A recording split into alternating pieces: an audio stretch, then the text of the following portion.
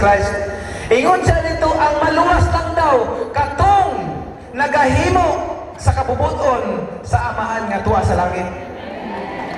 Maulang to'y maluwas, ang katong nagahimo sa kabubuton sa amahan nga tuwa sa langit, unsay kabubuton sa amahan.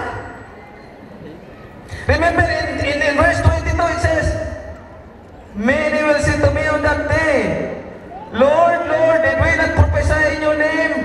And in your name drive out demons, and in your name perform many miracles? Kung isipin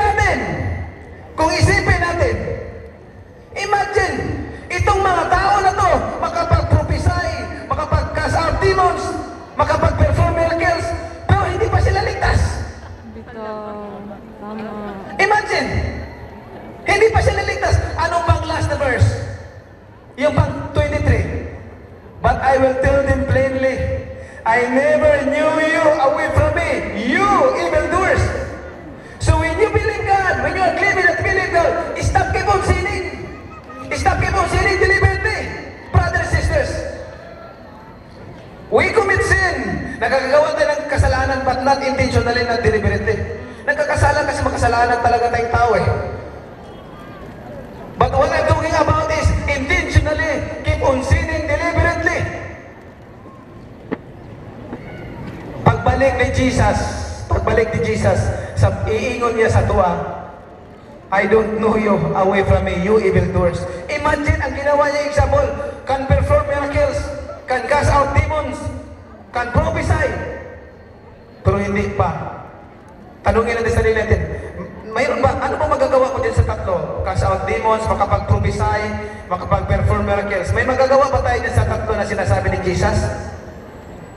Wala pa. That's why the Bible says, from the mouth of the Lord Jesus, make every effort to enter through the narrow door, because many, I tell you, will try to enter and will not be able to.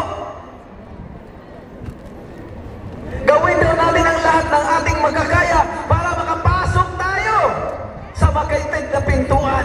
Dahil sinasabi ko sa iyo, maraming gustong pumasok sa makitid na pintuan na yan, pero hindi sila makakapasok. Meaning to say, kunti lang ang maliligtas. Brothers and sisters, make sure na doon sa kunti lang na maliligtas, ay kabilang tayo doon.